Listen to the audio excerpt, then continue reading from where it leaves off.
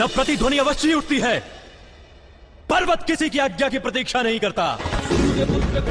कवच कुंडल जिसने इंद्र को दिया दान था, मित्रता के खातिर जिसने सर्वस्व किया बलिदान था, धर्म मार्ग पर चलना जिसका स्वाभिमान था, हाँ सही पहचाना आपने, वो सूर्य पुत्र कर्ण महान था, वो सूर्य पुत्र कर्ण महान था। जैसा कि आप सभी को पता है, दुर्वासा ऋषि के वरदान से कुंती ने सूर्य का आह्वान करके कौमारी अवस्था में ही कर्ण को जन्म दिया था, लेकिन लोकलाज के भय से कुंती ने उसे नदी में बहा दिया था।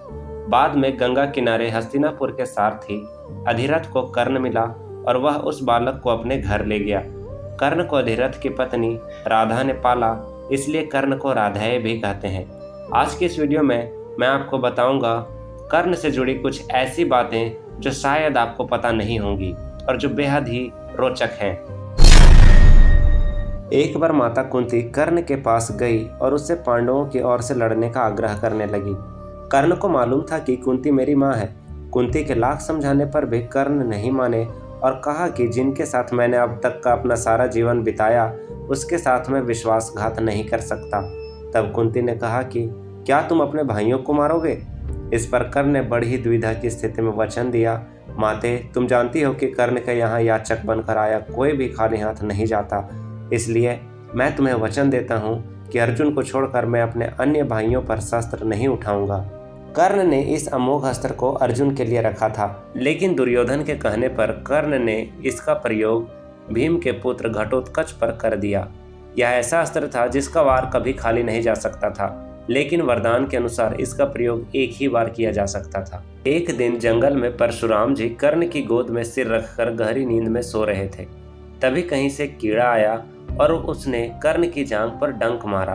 कर्ण की जांघ पर घाव हो गया, लेकिन परशुराम की नींद कहीं खुल न जाए, इसलिए वह चुपचाप बैठा रहा।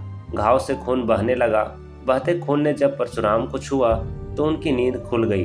उन्होंने कर्ण से पूछा कि तुमने इस कीड़े को क्यों नहीं हटाया? कर्ण ने कहा कि आपकी नींद टूटने का डर था, इसलिए। परशुराम ने कहा, किसी ब्राह्मण में इतनी सहनशीलता नहीं हो सकती, तुम जरूर कोई क्षत्रिय हो, सच सच बताओ। तब कर्ण ने सच बता दिया। इस पर परशुराम क्रोधित हो गए और उन्होंने कर्ण को उसी समय श्राप दिया कि तुमने मुझसे जो भी विद्या सीखी है वह झूठ बोलकर सीखी है, इसलिए जब भी तुम्हें इस विद्या की सबसे ज्यादा आवश्यकता होगी तभी तुम इसे भूल जाओगे, कोई भी दिव्यास्त्र का उपयोग नहीं कर पाओगे। परशुराम जी के आश्रम से शिक्षा ग्रहण करने के बाद कर्ण वन में भटक रहे थे। एक दिन जब वे इस विद्या का अभ्यास कर रहे थे, तब उन्होंने एक गाय के बछड़े को कोई जंगली जानवर समझकर शब्द भेदी बाण चला दिया और उस बाण से बछड़ा मर गया। तब उस गाय बछड़े के स्वामी ब्राह्मण ने कर्ण को श्राप दिया कि जिस प्रकार उसने एक असहाय बछड़े को मारा है, वह भी एक दिन ऐसे ही मरेगा। हुआ भी यही था। जब कर्ण का अर्जुन से घोर युद्ध चल रहा था, तब कर्ण का पहिया भूमि में धंस जाता है और जब कर्ण उस रथ के पहिए को निकालने का प्रयास कर रहे होते हैं, ऐसे मौके का लाभ उठाकर श्री कृष्ण के कहने पर अर्जुन ने कर्ण का वध कर दिया। युद्ध में एक और कृष्ण थे तो दूसरी ओर कर्ण। कर्ण दुर्योधन के तो कृष्ण अर्जुन के दोस्त थे। यदि युद्ध में कर्ण को असहाय स्थिति में देखकर नहीं मारा जाता तो शायद अर्जुन की क्षमता नहीं थी कि वे कर्ण को मार पाते।